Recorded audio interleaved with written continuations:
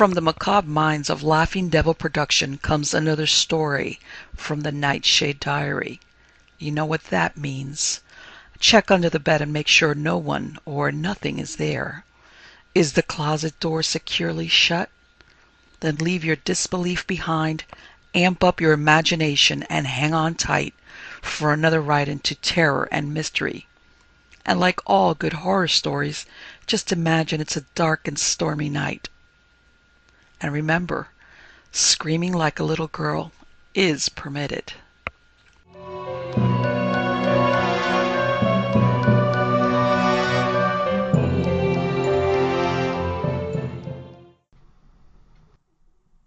The Witch's Cat by Gans T. Field.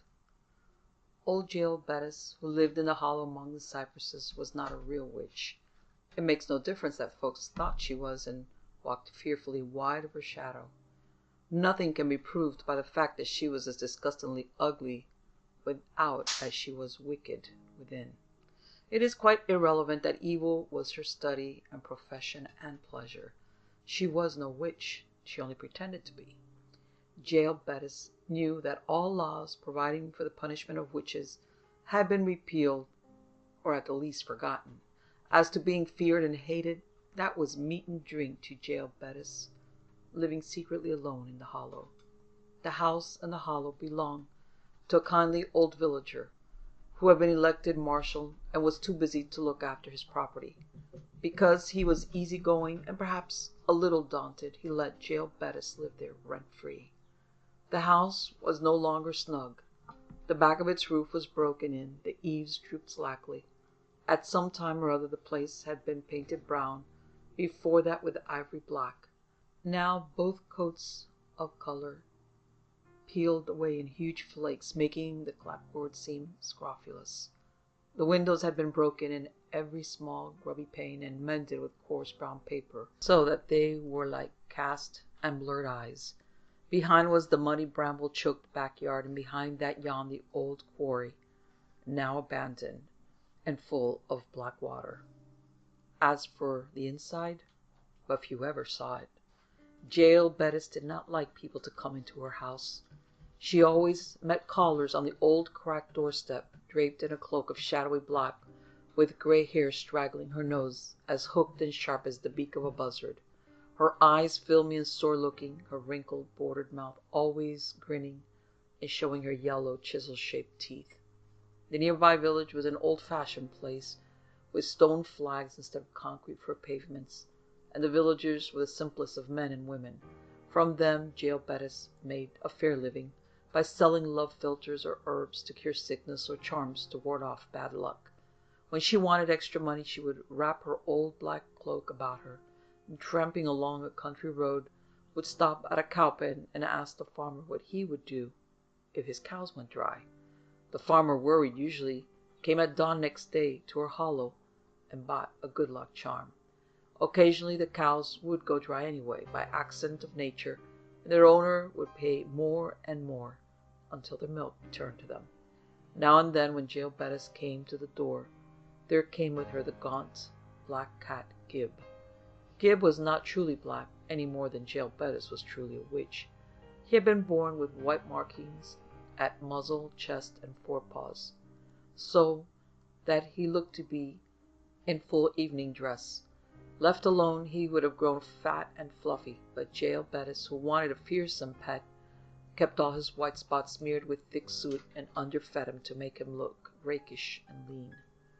On the night of the full moon, she would drive poor Gib from her door. He would wander to the village in search of food, and would wail mournfully in the yards. Awakened householders would angrily throw boots or pans or sticks of kindling. Often Gib was hit, and his cries were sharpened by pain. When that happened, Jael Bettis took care to be seen next morning with a bandage on head or wrist. Some of the simplest villagers thought that Gib was really the old woman, magically transformed. Her reputation grew, as did Gib's unpopularity.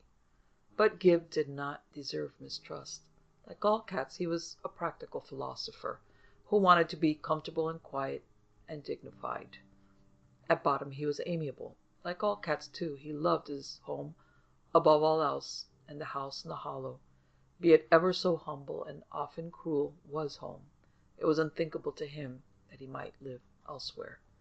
In the village he had two friends, black-eyed John Frey, the storekeeper's son, who brought the mail to and from the county seat, and Ivy Hill, pretty blonde daughter of the town marshal, the same town marshal who owned the Hollow and let Jael Bettis live in the old house. John Frey and Ivy Hill were so much in love with each other that they loved everything else, even black-stained, hungry Gib. He was grateful. If he had been able, he would have loved them in return, but his little heart had room for one devotion only, and that was given to the house in the Hollow. One day, Jael Bettis slouched darkly into old Mr. Frey's store and up to the counter that served for post office. Leering, she gave John Frey a letter. It was directed to a certain little-known publisher, asking for a certain little-known book. Several days later she appeared again, received a parcel, and bore it to her home. In her gloomy, secret parlor she unwrapped her purchase. It was a small, drab volume with no title on cover or back. Sitting at the rickety table she began to read. All evening and most of the night she read, forgetting to give Gib his supper, though he sat hungrily at her feet. At length, an hour before dawn, she finished. Laughing loudly and briefly, she turned her beak nose towards the kerosene lamp on the table. From the book she read aloud 2 words. The lamp went out. Though she had not blown at it, Jael Bettis spoke one commanding word more, and the lamp flamed alight again. "At last!" she cried out in shrill exultation, and grinned down at Gib. Her lips drew back from her yellow chisels of teeth. "At last!" she crowed again. "Why don't you speak to me, little brute? Why don't you, indeed?" She asked that final question as though she had been suddenly inspired. Quickly she glanced through the back part of the book, howled with laughter over something she found there, then sprang up and scuttled like a big filthy crab into the dark, windowless cell that was her kitchen. There she mingled salt and malt in the palm of her skinny right hand. After that she rummaged out a bundle of dried herbs, chewed them fine, and spat them into the mixture. Stirring again with her forefinger, she returned to the parlor. Scanning the book to refresh her memory, she muttered a nasty little rhyme. Finally she dashed the mess suddenly upon Gib.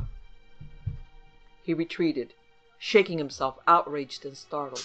In a corner he sat down and bent his head to lick the smeared fragments of the mixture away, but they revolted his tongue and palate, and he paused in the midst of his chore, so important to Gans, and meanwhile Jael Bettis yelled, "Speak!" Gib crouched and blinked, feeling sick. His tongue came out and steadied his lips. Finally said, "I want something to eat." His voice was small and high, like a little child's, but entirely understandable. Jael Bettis was so delighted that she laughed and clapped her bony knees with her hands in self-applause. "It worked!" she cried. "No more humbug about me, you understand? I'm a real witch at last, and not a fraud." Gib found himself able to understand all this more clearly than he had ever understood human affairs before. "I want something to eat," he said again, more definitely than before. "I didn't have any supper, and it's nearly—" "Oh, stow your gab," snapped his mistress. "This book, crammed with knowledge and strength, that made me able to do it, I'll never be without it again. And it'll teach me all the things I've only guessed at and mumbled about. I'm a real witch now, I say. If you don't think I'll make those ignorant sheep of villagers realize it—" Once more she went off into gales of laughter, and drew a dish at Gib. He darted away into a corner just in time, and the missile crashed into blue and white china fragments against the wall. But Jael Bettis read aloud from her book an impressive gibberish, and the dish reformed itself on the floor. The bits crept together and joined, and the cracks disappeared as trickling drops of water formed into a pool. And finally, when the witch's twig-like forefinger beckoned, the dish floated upward like a leaf in a breeze and set itself gently back on the table. Gib watched warily. "That's small to what I shall do hereafter," swore Jael Bettis. When next the mail was distributed at the general store, a dazzling stranger appeared. She wore a cloak and old-fashioned black coat, but his drapery did not conceal the tall perfection of her form. As for her face, it would have stirred interest and admiration in larger and more sophisticated gatherings than the knot of letter-seeking villagers. Its beauty was scornful but inviting, classic but warm, with something in it of Grecian sculpture and Oriental allure. If the nose was cool, it was straight. If the lips were sullen, they were full. If the forehead was a suspicion low, it was white and smooth. Thick thunder-black hair swept up from that forehead and backward to a knot at the neck.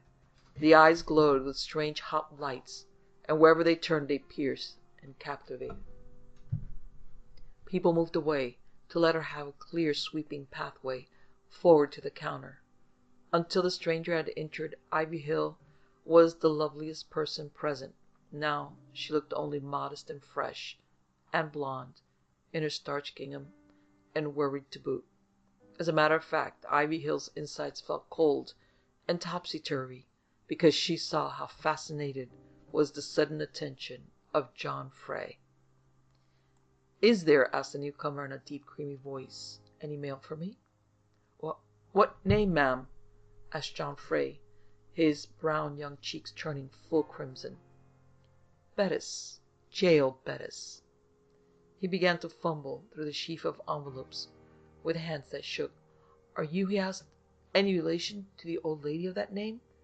The one who lives in the hollow?" "Yes, of a sort," she smiled, a slow conquering smile. "She's my aunt. Yes, perhaps you see the family resemblance." Wider and wider grew the smile with which she assaulted John Frey. "If there isn't any mail," she went on, "I would like a stamp, a 1-cent stamp." Turning to his little metal box on the shelf behind, John Frey tore a single green stamp from the sheet. His hand shook still more as he gave it to the customer, and received in exchange a copper cent. There was really nothing exceptional about the appearance of that copper cent. It looked brown and a little worn, with Lincoln's head on it, and a date, 1917. But John Frey felt a sudden glow in the hand that took it, a glow that shot along his arm and into his heart. He gazed at the coin as if he had never seen its like before, and he put it slowly into his pocket, a different pocket from the one in which he usually kept change, and placed another coin in the till to pay for the stamp. Poor Ivy Hill's blue eyes grew round and downright miserable. Plainly he meant to keep that copper piece as a souvenir. But John Frey gazed only at the stranger raptly, as though he were suddenly stunned or hypnotized. The dark, sullen beauty drew her cloak more tightly around her, and moved regally out of the store and away toward the edge of town. As she turned up the brush-hidden trail to the hollow, a change came. Not that her step was less young and free, her figure less queenly, her eyes dimmer, or her beauty short of perfect. All these were as they had been, yet her expression became set and grim, her body tense and her head high and truculent. It was as though beneath that young loveliness lurked an old and evil heart, which was precisely what did lurk there, it does not boot to conceal. But none saw except Gib, the black cat with soot-covered white spots, who sat on the doorstep of the ugly cottage. Jael Bettis thrust him aside with her foot and entered. In the kitchen she filled a tin basin from a wooden bucket and threw it into the water a pinch of coarse green powder with an unpleasant smell. As she stirred it in with her hands, they seemed to grow skinny and harsh. Then she threw great palmfuls of the liquid into her face and over her head, and other changes came. The woman who returned to the front door, where Gib watched with a cat's apprehensive interest, was hideous old Jael Bettis, whom all the village knew and avoided. "He's trapped," she shrilled triumphantly. "That penny, the one I soaked for 3 hours in a love philter, trapped him the moment he touched it." She stumped to the table and patted the book as though it were a living, lovable thing. "You taught me," she crooned to it. "You're winning me the love of John Frey." She paused, and her voice grew harsh again. "Why not? I'm old and ugly and queer, but I can love, and John Frey is the handsomest man in the village." The next day she went to the store again in her new and dazzling person as a dark, beautiful girl. Gib, left alone in the hollow, turned over in his mind the things that he had heard. The new gift of human speech had brought with it of necessity a human quality of reasoning, but his viewpoint and his logic were as strongly feline as ever. Jael Bettis' dark love that lured John Frey promised no good to Gib. There would be plenty of trouble, he was inclined to think, and trouble was something that all sensible cats avoided. He was wise now, but he was weak. What could he do against danger? And his desires, as they had been since kittenhood, were food and warmth and a cozy sleeping place and a little respectful affection. Just now he was getting none of the four. He thought also of Ivy Hill. She liked Gib, and often had shown it. If she won John Frey, despite the witch's plan, the two would build a house all full of creature comforts, cushions, open fires, probably fish and chopped liver. Gib's tongue caressed his soot-stained lips at the savory thought. It would be good to have a home with Ivy Hill and John Frey, if once he was quit of Jael Bettis. But he put the thought from him. The witch had never held his love and loyalty. That went to the house in the hollow, his home since the month that he was born. Even magic had not taught him how to be rid of that cat instinctive obsession for his own proper dwelling place. The sinister, strife-sodden hovel would always call and claim him, would draw him back from the warmest fire, the softest bed, the most savory food in the world. Only John Howard Payne could have appreciated Gib's yearnings to the full, and he died long ago, an exile from the home he loved. When Jael Bettis returned, she was in a fine, trembling rage. Her real self shone through the glamour of her disguise like murky fire through a thin porcelain screen. Gib was on the doorstep again and tried to dodge her way as she came up, but her enchantments or something else had made Jael Bettis too quick even for a cat. She darted out a hand and caught him by the scruff of the neck. "Listen to me," she said in a voice as deadly as a trickle of poisoned water. "You understand human words. You can talk, and you can hear what I say. You can do what I say, too." She shook him by way of emphasis. "Can't you do what I say?" "Yes," said Gib, weakly convulsed with fear. "All right. I have a job for you, and mind you do it well, or else." She broke off and shook him again, letting him imagine what would happen if he disobeyed. "Yes," said Gib again, panting for breath in her tight grip. "What's it about?" "It's about that little fool, Ivy Hill. She's not quite out of his heart.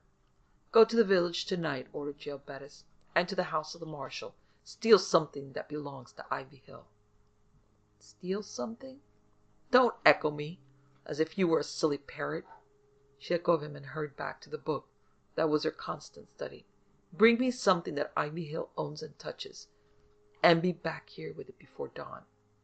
Gib carried out her orders. Shortly after sundown he crept through the deepened dusk to the home of Marshal Hill. Doubly black with the soot habitually smeared upon him by Jael Bettis, he would have been almost invisible, even had anyone been on guard against his coming. But nobody watched. The genial old man sat on the front steps talking to his daughter. "Say," the father teased, "isn't young Johnny Frey coming over here tonight as usual?" "I don't know, Daddy," said Ivy Hill wretchedly. "What's that, daughter?" The marshal sounded surprised. "Is there anything gone wrong between you two young'uns?" "Perhaps not, but—" "Oh, Daddy, there's a new girl come to town." And Ivy Hill burst into tears, groping dolefully on the step beside her for her little wadded handkerchief. But she could not find it. For Gib, stealing near, caught it up in his mouth, and was scampering away toward the edge of town and beyond to the house in the hollow. Meanwhile, Jael Bettis worked hard at a certain project of wax modeling. Any witch or student of witchcraft would have known at once why she did this. After several tries, she achieved something quite interesting and even clever, a little female figure that actually resembled Ivy Hill. Jael Bettis used the wax of 3 candles to give it enough substance and proportion. To make it more realistic, she got some fresh, pale gold hemp, and of this made hair like the wig of a blonde doll for the wax head. Drops of blue ink served for eyes, and a blob of berry juice for the red mouth. All the while she worked, Jael Bettis was muttering and mumbling words and phrases she had gleaned from the rearward pages of her book. When Gib brought in the handkerchief, Jael Bettis snatched it from his mouth with a grunt by way of thanks. With rusty scissors and coarse white thread, she fashioned for the wax figure a little dress. It happened that the handkerchief was of gingham, so the garment made all the more striking the puppet's resemblance to Ivy Hill. "You're a fine one," tittered the witch, propping her finished figure against the lamp. "You'd better be scared," for it happened that she had worked into the wax and face an expression of terror.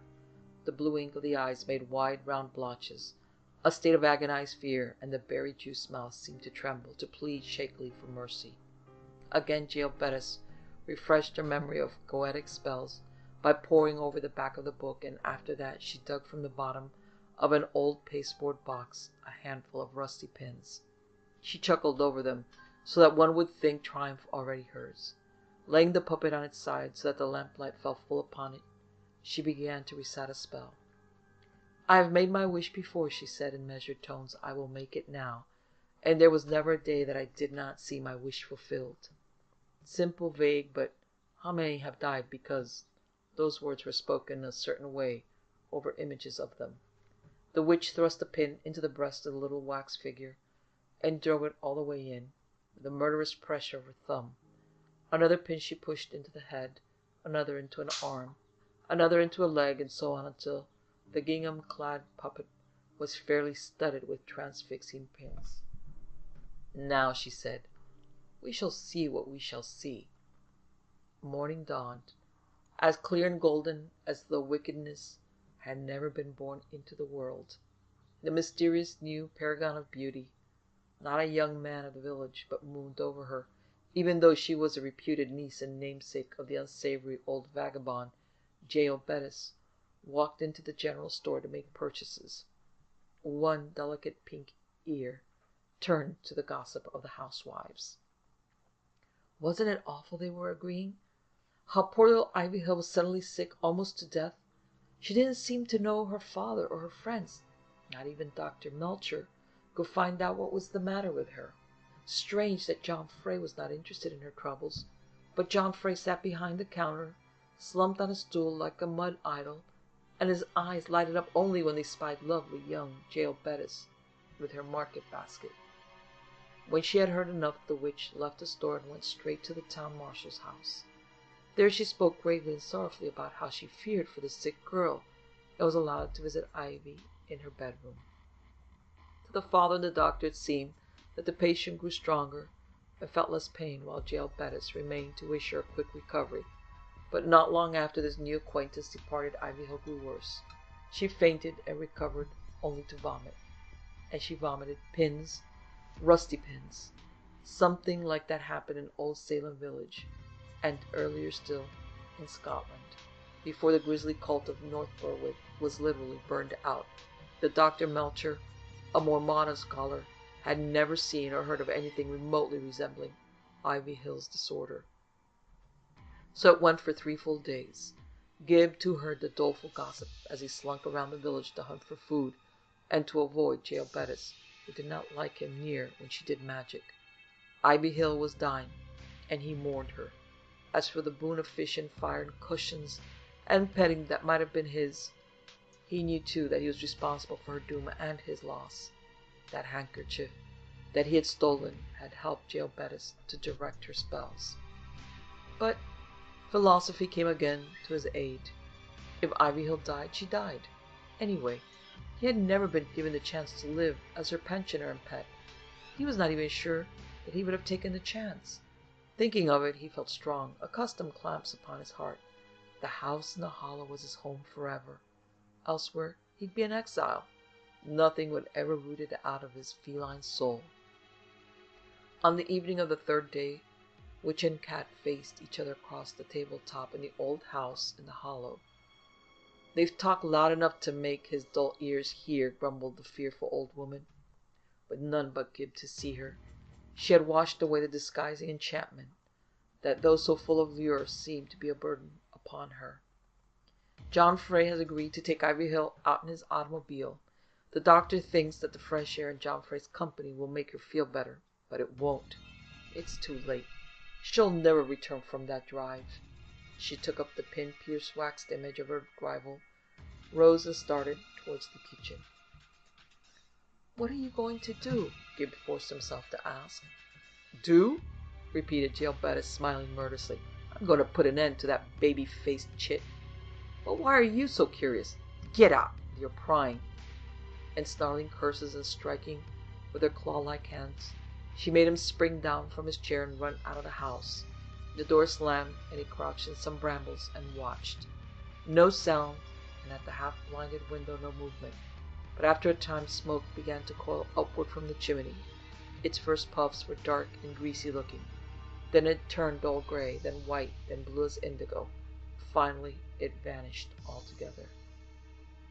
When Jael Bettis opened the door and came out, she was once more in the semblance of a beautiful dark girl, yet Gib recognized a greater terror about her than ever before. "You be gone from here when I get back," she said to him. "Gone?" stammered Gib, his little heart turning cold. "What do you mean?" She stooped above him like a threatening bird of prey. "You be gone," she repeated. "If I ever see you again, I'll kill you, or I'll make my new husband kill you." He still could not believe her. He shrank back and his eyes turned mournfully to the old house that was the only thing he loved. "You're the only witness to the things I've done," Jael Bettis continued. "Nobody would believe their ears if a cat started telling tales. But anyway, I don't want any trace of you around. If you leave, they'll forget that I used to be a witch. So run!" She turned away. Her mutterings were now only her thoughts aloud. "If my magic works, and it always works, that car will find itself idling around through the hill road to the other side of the quarry. John Frey will stop there, and so will Ivy Hill, forever." Drawing her cloak around her, she stalked purposefully towards the old quarry behind the house. Left by himself, Gib lowered his lids and let his yellow eyes grow dim and deep with thought. His shrewd beast mind pawed and probed at this final wonder and danger that faced him in John Frey and Ivy Hill. He must run away if he would live. The witch's house in the hollow that had never welcomed him now threatened him. No more basking on the doorstep, no more ambushing wood mice among the brambles, no more dozing by the kitchen fire. Nothing for Gib henceforth but strange, forbidding wilderness and scavengers' food, and no shelter, not on the coldest night. The village? But his only two friends, John Frey and Ivy Hill, were being taken from him by the magic of Jael Bettis and her book. That book had done this. That book must undo it. There was no time to lose. The door was not quite latched, and he nosed it open, despite the groans of its hinges. Hurrying in, he sprang up on the table. It was gloomy in that tree-invested house, even for Gib's sharp eyes. Therefore, in a trembling fear, almost too big for his little body, he spoke a word that Jael Bettis had spoken on her first night of power. As had happened then, so it happened now. The dark lamp glowed a light. Gib pawed at the closed book and contrived to lift its cover. Pressing it open with one front foot, with the other he painstakingly turned leaves, and more yet. Finally came to the page he wanted. Not that he could read, and in any case, the characters were strange in their shapes and combinations. Yet if one looked long enough and levelly enough, even though one were a cat and afraid, they made sense, conveyed intelligence. And so into the mind of Gib, beat out his fears, there stole a phrase: "Beware of mirrors." So that was why Jael Bettis never kept a mirror, not even now when she could assume such dazzling beauty. "Beware of mirrors," the book said to Gib, "for they declare the truth, and truth is fatal to sorcery. Beware also of crosses, which defeat all spells." That was definite inspiration. He moved back from the book and let it snap shut. Then, pushing with head and paws, he coaxed it to the edge of the table and let it fall. Jumping down after, he caught a corner of the book in his teeth and dragged it to the door, more like a retriever than a cat. When he got into the yard, into a place where the earth was soft, he dug furiously until he had made a big hole, enough to contain the volume. Then, thrusting it in, he covered it up. Nor was that all his effort, so far as the book was concerned. He trotted a little away, off to where lay some dry, tough twigs under the cypress trees. To the little grave he bore first one, then another of these, and laid them across each other in the form of an X. He pressed them well into the earth so that they would be hard to disturb. Perhaps he would keep an eye on that spot henceforth, after he had done the rest of the thing in his mind, to see that the cross remained. And though he acted thus only by chance reasoning, all the demonologists, even the Reverend Montague Summers, would have nodded approval. Is this not the way to foil the black wisdom of the Grand Albert? Did not Prospero thus enter his grimoires in the 5th act of Tempest? Now back to the house once more and into the kitchen. It was even darker than the parlor, but Gib could make out a basin on a stool by the moldy wall and smelled an ugly pungency. Jael Bettis had left her mixture of powdered water after last washing away her burden of false beauty. Gib's feline nature rebelled at a wedding. His experience of witchcraft bade him be wary, but he rose on his hind legs and with his forepaws dragged at the basin's edge. It tipped and toppled. The noisome fluid drenched him. Wheeling, he ran back into the parlor, but paused on the doorstep. He spoke 2 more words that he remembered from Jael Bettis. The lamp went out again. And now he dashed around the house and through the brambles and to the quarry beyond. It lay amid uninhabited wooded hills, a wide excavation from which had once been quarried all the stones for the village houses and pavements. Now it was full of water from many thaws and torrents. Almost at its lip was parked John Frey's touring car, with the top down, and beside it he lolled, slack-faced and dreamy. At his side, cloak-draped and enigmatically queenly, was Jael Bettis, her back to the quarry, never more terrible or handsome. John Frey's eyes were fixed dreamily upon her, and her eyes were fixed commandingly on the figure in the front seat of the car.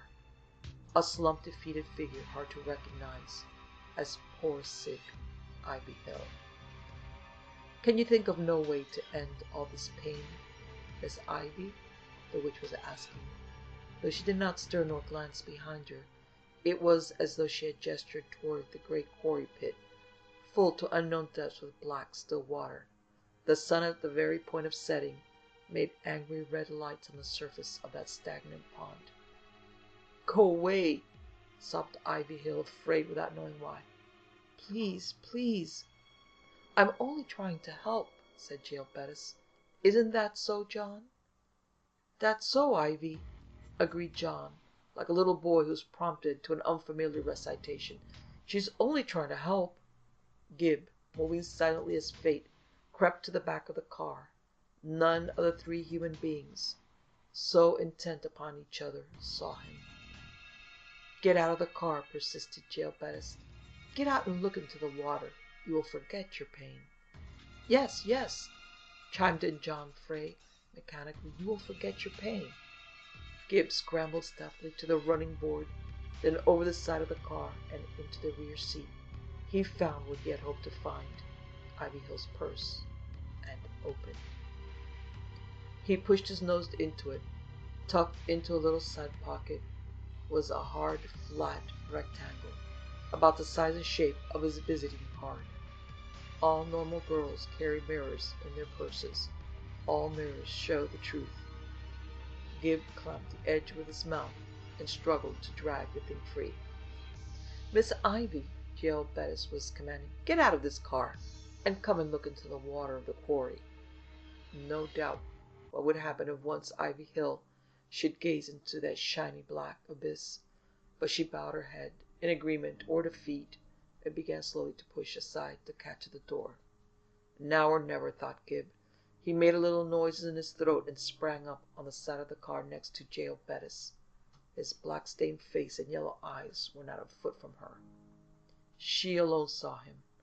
Ivy Hill was too sick, John Frey too dull. "What are you doing here?" she snarled, like a bigger and fiercer cat than he. But he moved closer still, holding up the oblong in his teeth. Its back was uppermost, covered with imitation leather, and hid the real nature of it. Jael Bettis was mystified. For once in a relationship with Gib, she took the thing from him, turned it over, and saw a reflection. She screamed. The other two looked up horrified through their stupor. The scream that Jael Bettis uttered was not deep and rich and young. It was the wild, cracked cry of a terrified old woman. "I don't look like that," she choked out, and drew back from the car. "Not old, ugly." Gibbs sprang at her face. With all four claw-bristling feet he seized and clung to her. Again Jael Bettis screamed, flung up her hands, and tore him away from his hold. But his soggy fur had smeared the powdered water upon her face and head. Though he fell to earth, Gib twisted in midair and landed upright. He had one glimpse of his enemy. Jael Bettis. No mistake, but a Jael Bettis with hooked beak, rheumy eyes, hideous wry mouth, and yellow chiseled teeth. Jael Bettis, exposed for what she was, stripped of her lying mask of beauty. And she drew back a whole staggering step. Rocks were just behind her. Gibbs saw and flung himself. Like a flash, he clawed his way up her cloak, and with both forepaws ripped at the ugliness he had betrayed. He struck for his home that was forbidden him. Marco Brosaris never strove harder for Greece, nor Stonewall Jackson for Virginia. Jael Bettis screamed yet again, a scream loud and full of horror. Her feet had slipped on the edge of the abyss. She flung out her arms. The cloak flapped from them like frantic wings. She fell, and Gib fell with her, still tearing and fighting. The waters of the quarry closed over them both. Gib thought that it was a long way back to the surface and a longer way to shore, but he got there and scrambled out with the help of protecting rocks. He shook his drenched body, climbed back into the car, and sat upon the rear seat. At least Jael Bettis would no longer drive him from the home he loved. He'd find food some way and take it back there each day to eat. With tongue and paws, he began to rearrange his sodden fur. John Frey, clear-eyed and wide awake, was leaning in and talking to Ivy Hill. As for her, she sat up straight, as though she had never known a moment of sickness. "But just what did happen?" she was asking. John Frey shook his head, though all the stupidity was gone from his face and manner. "I don't quite remember. I seem to have wakened from a dream. But are you all right, darling?" "Yes, I'm all right." She gazed toward the quarry and the black water that had already subsided above what it had swallowed. Her eyes were puzzled but not frightened. "I was dreaming too," she said. "Let's not bother about it." She lifted her gaze and cried out with joy. "There's that old house that Daddy owns. Isn't it interesting?" John Frey looked too. "Yes, the old witch has gone away. I seem to have heard she did." Ivy Hill was smiling with excitement. "Then I have an inspiration. Let's get Daddy to give it to us, and we'll paint it over and fix it up, and then—" She broke off with a cry of delight. "I declare, there's a cat in the car with me." It was the first she had known of Gib's presence. John Frey stared at Gib. He seemed to have wakened only the moment before. "Yes, isn't he a thin one? But he'll be pretty when he gets through cleaning himself. I think I see a white shirt from—" Ivy Hill put out a hand and scratched Gib behind the ear. "He's bringing us good luck, I think. John, let's take him to live with us when we have the house fixed up and move in." "Why not?" asked her lover. He was gazing at Gib. "He looks as if he was getting ready to speak." But Gib was not getting ready to speak. The power of speech was gone from him, along with Jael Bettis and her enchantments. But he understood, in a measure, what was being said about him, and the house in the hollow. There would be new life there, joyful and friendly this time, and he would be a part of it forever, of his loved home. He could only purr to show his relief and gratitude.